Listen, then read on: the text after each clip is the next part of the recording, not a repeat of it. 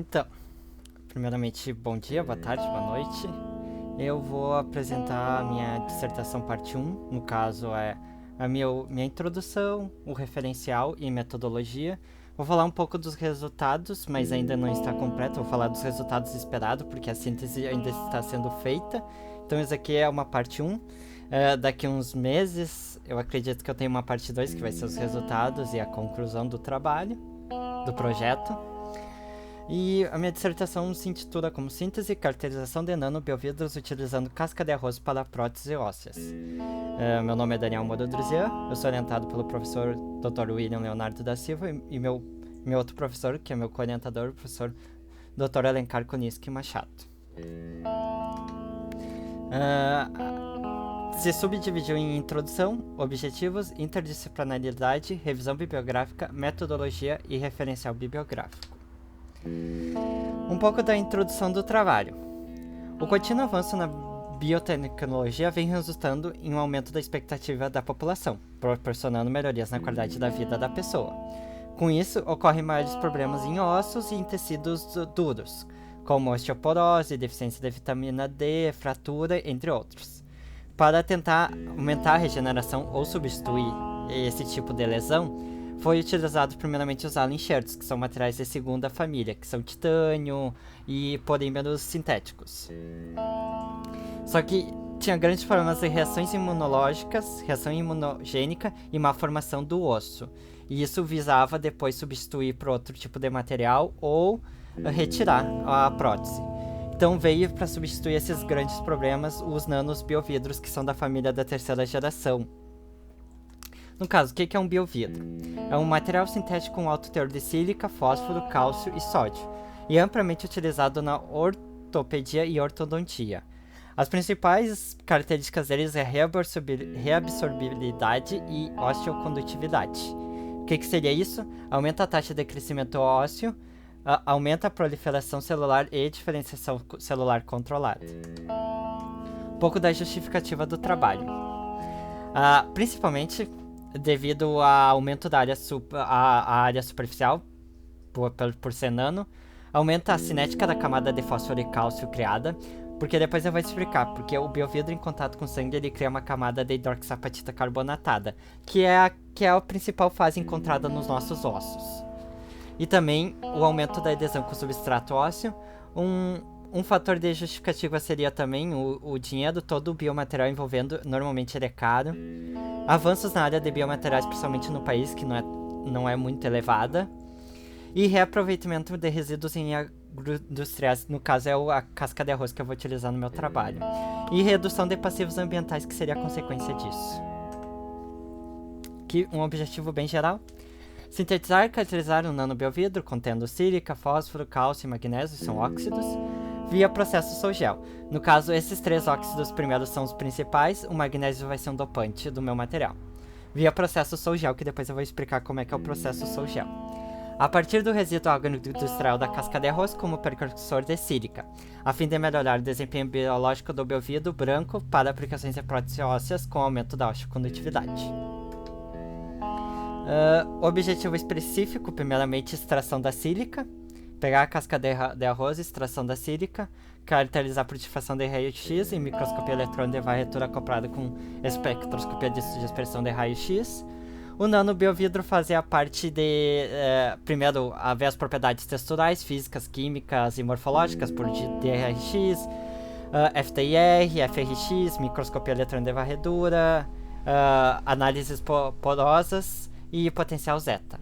E também vê as propriedades biológicas, que seria a simulação do fluido corporal, teste de citotoxicidade, liberação de íons de cálcio, análise da expressão gênica e análise da imagem imunofluorescência. Depois eu vou falar um pouco dessas técnicas. Também vai ser realizado um planejamento experimental DCCR para identificar qual é a melhor pH e tempo da minha amostra final. E vai ser também aplicado como scaffold, que é uma estrutura porosa, como um revestimento da estrutura óssea. Essa é a aplicação.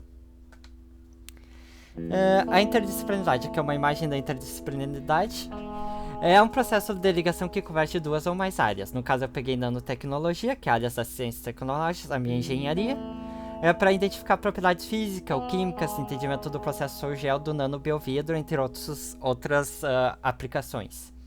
A área do meio ambiente e agrária, engenharia, eu peguei outra engenharia só para predizer, desde a extração da sílica e o encontro da questão da sustentabilidade aplicada à nanotecnologia ambiental. A parte da área das ciências da saúde, testes in vitro, entendimento, a aplicação também para entender. E tudo isso também está envolvido a parte de matemática, estatística e física, que avalia a compreensão de todos os funcionamentos ou técnicas, pode afetar direto ou indiretamente o processo. Um pouquinho da revisão bibliográfica. Primeiramente eu vou falar de biomateriais, bem generalizado. Aqui são as famílias de primeiro, segundo e terceiro geração de biomateriais, como eu tinha falado. A primeira são propriedades físicas semelhantes aos tecidos, só que tinha um grande problema que formava a camada de tecido fibroso em volta dela, dificultando a adesão. Daí foi substituído pela segunda geração, que tinha propriedades de osteocondução e impedia essa formação do tecido fibroso. Só que ainda tinha problemas de dureza e resistência mecânica. E também semelhança química. E daí veio para tentar resolver esses problemas a terceira geração, que era meio que biomimético, seria fazer igual como se fosse um osso humano. São materiais semelhantes às propriedades mecânicas com tecido lesionado e estimulam respostas celulares a nível molecular. São matrizes porosas normalmente. Daí tem compósitos de um monte de coisas, cerâmicas avançadas, polímeros naturais e sintéticos avançados. O biovidro, como eu tinha falado, ele tem alto teor de sílica, fósforo, cálcio e sódio normalmente. Ele é um composto inorgânico e não metálico. Em contato com o sangue humano, ele forma essa hidroxiapatita carbonatada, que ela é a fase principal do osso humano normal. Isso faz com que facilite o reconhecimento das células osteoprogenitoras. Ela forma uma camada, depois eu vou explicar o processo de formação dessa camada. Quando dopados com magnésio, no caso de 0 a 5% é a dopagem, no meu trabalho, depois eu vou explicar ali na metodologia que eu vou usar de 0 a 2,5 e a 4,5. Quando dopados, ele aumenta a adesão, a proliferação, a diferenciação celular, aumenta a energia superficial, controla o tamanho da partícula, controla a cristalização e também ele diminui essa relação de cálcio e fósforo que forma a camada de hidroxiapatita carbonatada. Aqui é um pouco da estrutura cristalina da amostra, no caso. Ela é normalmente amorfo, mas tem estrutura cristalina que é a hidroxiapatita carbonatada. São formados de tetraedros de silício, de fósforo, e ficam os modificadores de cátions, que é o cálcio e sódio. No meu trabalho eu só vou usar o cálcio, não vou usar o sódio.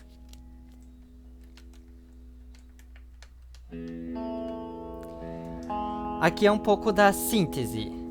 A síntese convencional é o processo por fusão. Ele tem uma alta densificação, que seria a sintetização.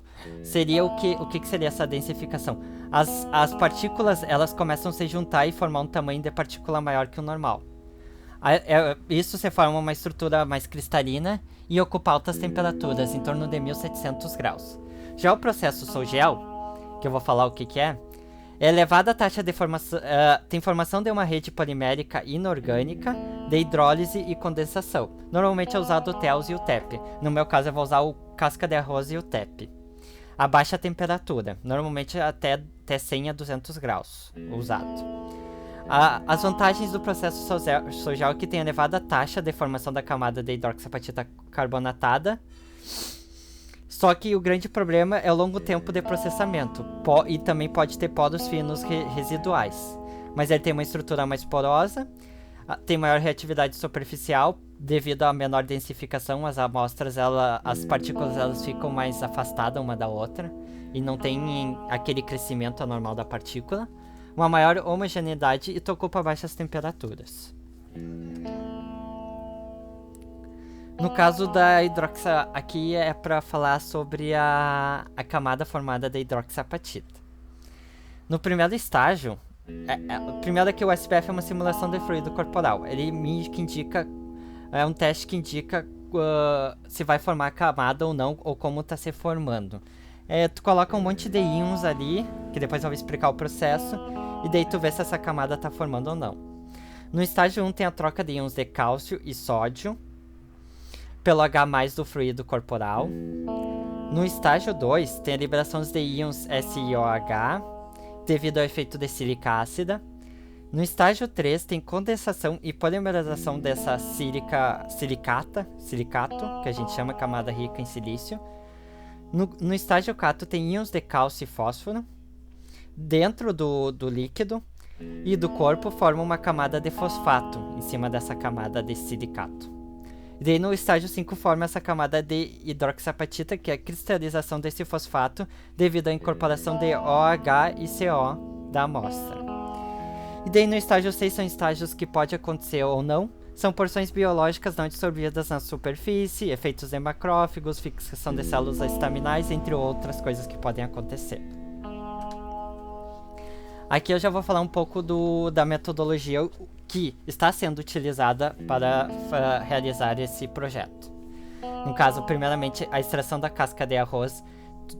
A gente recebeu a casca de arroz de uma empresa, ela é peneirada, moída no moinho de bolas planetário, daí tratada termicamente numa mofra a 700 graus Celsius, tempo de patamar de 2 horas, 5 graus por minuto, a temperatura de patamar, e centrifugada com água, 5.000 RPM, 30 minutos, tu obtém a sílica.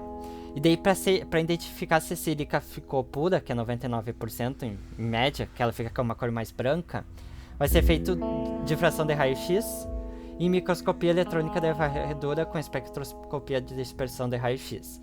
E também vai ser calculado o rendimento dessa eficiência desse processo, quanto foi perco e quanto foi ganhado. Aqui é a metodologia.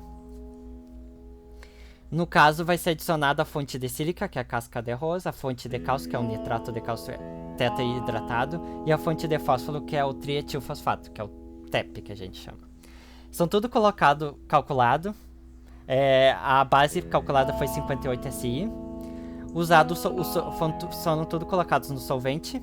O solvente utilizado foi o etanol etílico absoluto. A adição de cálcio para fósforo foi 3:1. Aqui no processo de gelificação a gente adiciona o magnésio. E o magnésio foi feito 3 amostras, um de 0, 2,5 e 4,5. E daí foi adicionado o hidróxido de amônia, que acontece como se fosse um gel, fica, quando tu aumenta o pH. A literatura fala que o pH essencial é de 8 a 9 e o tempo de processamento é de 0 a 60 minutos, o tempo final. E daí depois lá no DCCR eu vou falar mais um pouco disso. E daí tá pronto o material, tu faz a lavagem com álcool etílico absoluto, tu seca ele. E daí depois tu calcina 600 graus Celsius, tempo de patamar de 2 horas, 5 graus por minuto a elevada da temperatura. Aqui eu vou falar um pouco do SBF. O SBF é aquele procedimento que eu falei que tu cria a camada hidroxiapatita. Ela é um teste feito já para biovidro. No caso, tu adiciona a água 900 ml e daí tu adiciona os reagentes dissolvidos, que são diversos reagentes, em ordem, com um volume já específico, e fica em torno de 2 a 3 o pH. E daí o aumento da pH tu usa o tris até aumentar a 7,45 pH.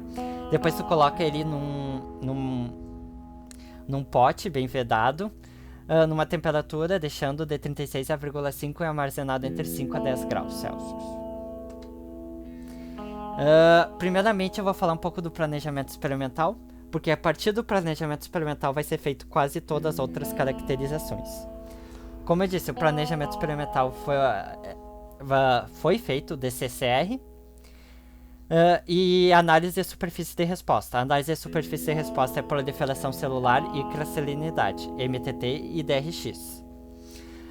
É analisar as condições ideais da síntese. No meu caso, eu escolhi o pH do meio, de 8 a 9, e o tempo de contato de 10 a 60 minutos. A partir disso, eu vou achar qual é o meu melhor pela proliferação celular e cristalinidade e fazer os outros testes propostos, que são esses. Difração de raio-x é para identificar a fase cristalina, o tamanho de cristalito médio. Vai ser utilizada a equação de Scherrer, com constante de Scherrer de 0,91.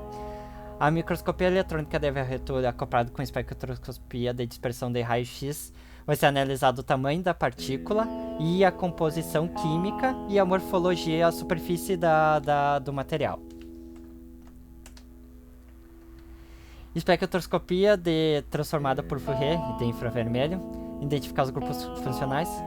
Fluorescência de raio-x irá ser realizado só se o EDX não pegar o magnésio, é para comprovar se realmente entrou magnésio na amostra ou não.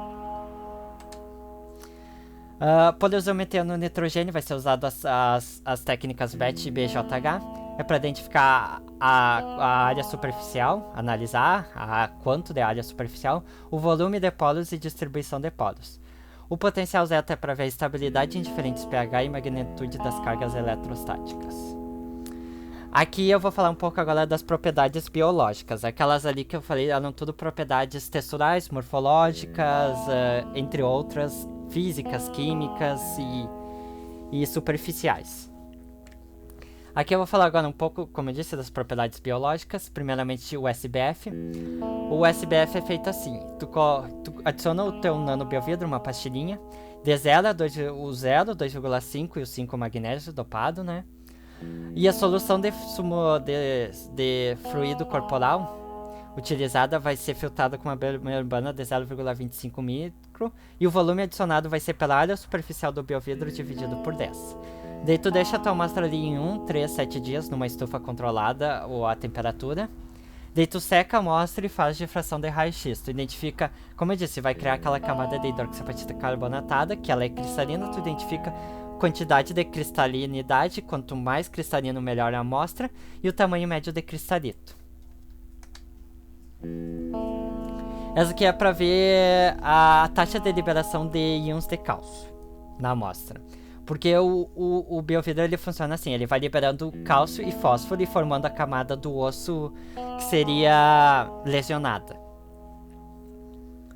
No caso, vai ser adicionada, é bem parecido com a simulação do fluido corporal, só que a solução adicionada vai ser o tris e o HCl 7,4 pH, numa temperatura de 37 graus, a ISO utilizada é 1099314, e nos tempos de 2, 7, 24, 48 e 168 horas vai ser analisada a composição química por espectroscopia de emissão atômica com plasma individualmente acoplado. Aqui só para uma curiosidade, pode ser utilizado em 19, 30 dias e em outros dias, não é específico. O MTT. O MTT também vai ser adicionado uma cultura de células, numa estufa de 36 graus, para ver se teve proliferação e diferenciação celular ou morte celular, e vai ser analisado um espectrômetro específico. Aqui eu vou falar um pouco mais desse teste, que é análise de imagem imunofluorescência. Tu adiciona também numa cultura de células, só que essa cultura de células tu tem que fazer diversos processos, que é primeiro é uma lavagem com PBS, segundo é fixar com paraformaldeído, o terceiro é fechamento das locais de ligações com albumina, sérica bovina, e o quarto etapa, que é a final, a quitina é corada com anticorpos, fala Alexa Flor. Daí tu tem uma imagem verdinha da célula, entre outras coisas. Tu consegue analisar a morfologia das células, distribuição mitocondrial da quitina e do citoesqueleto.